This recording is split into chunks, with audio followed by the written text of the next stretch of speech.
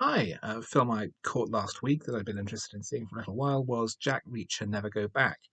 It's the second and to date last film in the Jack Reacher series, adapted from the novels by Lee Child and starring Tom Cruise in the lead role.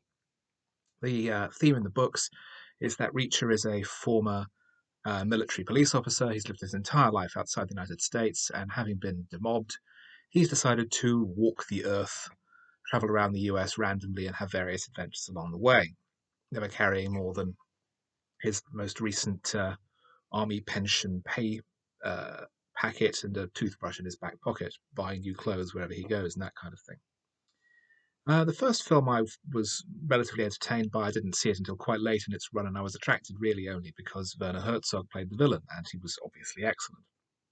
Never Go Back, I didn't see until it turned up on TV several years after its home video release, and it's fine. Um, Reacher has been uh, righting wrongs wherever he goes, and he has developed a kind of long distance friendship with a current military police officer. He goes to Washington to visit her with the possibility of romance, but discovers that she's been arrested for treason. Reacher then investigates further and ends up breaking her out of jail, and they go on a mission together to clear her name and bring the real perpetrators to justice. It's directed and I think written by Christopher McQuarrie, who's also been responsible for the last two Mission Impossible films and is directing the next two. So he's got a very good relationship with Cruise, but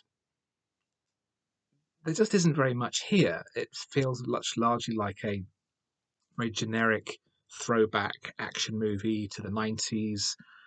There's lots of straightforward fighting. I think there was a car chase.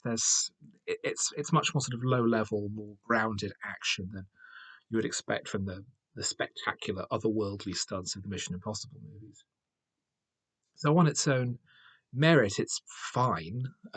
Cruise is again totally miscast as Reacher, who's supposed to be about 6'10" and built like the side of beef or something, whereas Cruise is a kind of little sort of leprechaun man. His co-star Cobie Smulders from the Marvel Cinematic Universe, where she plays uh, Samuel L. Jackson's right-hand woman, and also the sitcom How I Met Your Mother, is fine.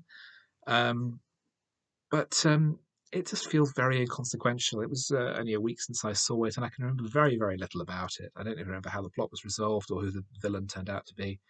It's very forgettable stuff. I'm really surprised that Cruise thought this would be a workable franchise. And the fact that the film underperformed so significantly at the box office is the reason why there aren't going to be any further films. And the concept's being redeveloped as a possible streaming series, I think, at Amazon. So the first film, which as I say, I saw some time ago, is worth seeing for Werner Herzog playing a villain in a major movie, just as he gave a bit of extra life into the early episodes of The Mandalorian. But this is completely disposable and extremely missable.